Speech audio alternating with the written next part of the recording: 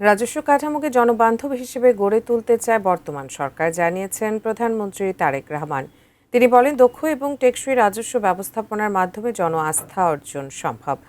করদাতাদের সেই প্রত্যাশা পূরণের দায়িত্ব রাজস্ব কর্মকর্তাদের নিতে হবে বলে মনে করেন প্রধানমন্ত্রী। সকালে রাজধানীর বাংলাদেশ চীন মৈত্রী সম্মেলন কেন্দ্রে রাজস্ব সম্মেলন 2026-এ প্রধান অতিথি হিসেবে যোগ দিয়ে একথা বলেন তিনি।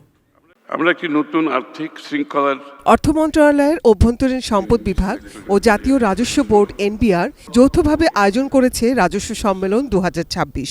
এতে জাতীয় রাজস্ব বোর্ডের ঊর্ধ্বতন কর্মকর্তারা অংশ নেন। রাজস্ব ব্যবস্থাপনা নীতি ও আধুনিকায়ন নিয়ে এনবিআর এর বিভিন্ন কর্মকর্তাদের নানা প্রশ্নের জবাব দেন প্রধানমন্ত্রী।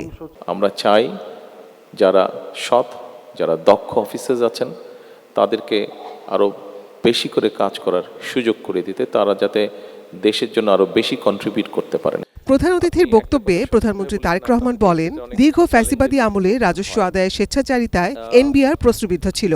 সেই অবস্থান থেকে ঘুরে দাঁড়ানোর সময় এসেছে।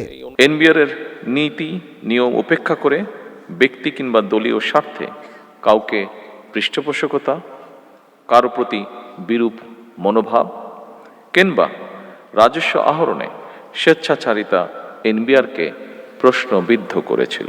দেশের জনগণ বর্তমানে এনবিআরকে একটি নির্ভরযোগ্য এবং বিশ্বস্ত প্রতিষ্ঠান হিসাবে প্রত্যাশা করে।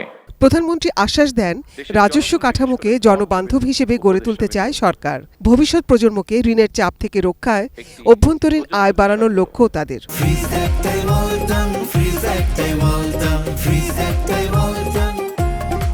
আধুনিক কর প্রশাসনের উদ্দেশ্য শুধুমাত্র বেশি কর আদায় নয়, বরং বেশি সংখ্যক মানুষকে স্বেচ্ছায় কর প্রদানে উৎসাহিত করা।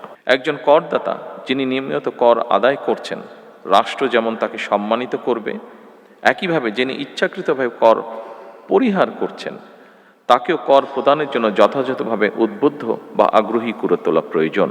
বিশ্ব অর্থনীতির সাথে তাল মিলিয়ে আধুনিক প্রযুক্তি নির্ভর জ্ঞান বাড়ানোর পরামর্শ দেন রাজস্ব কর্মকর্তাদের। বলেন, কর পদ্ধতি দুর্নীতিমুক্ত ও ব্যবসায়ী বান্ধব হতে হবে। একই করদাতাদের উপর বারবার করের বোঝা বাড়িয়ে রাজস্ব বৃদ্ধির নীতি খুব সম্ভবত টেকসই পদ্ধতি নয়, বরং কর প্রদানে সক্ষম ব্যক্তিদেরকে শনাক্ত করে তাদেরকে যথাযথ নিয়মে করের আওতায় আনার ব্যবস্থা করার কার্যক্রম উদ্যোগ গ্রহণ করা বোধহয় অত্যন্ত প্রয়োজন। রাজস্ব নিয়ে জনগণের বিভ্রান্তি দূর করাই চ্যালেঞ্জ বলে মন্তব্য করেছেন প্রধানমন্ত্রী তারেক রহমান। গত ফেব্রুয়ারি মাসের মাঝামাঝি থেকে জুনের শেষ পর্যন্ত সময়টিতে রাজস্ব আহরণের পরিমাণ ছিল ইতিবাচক।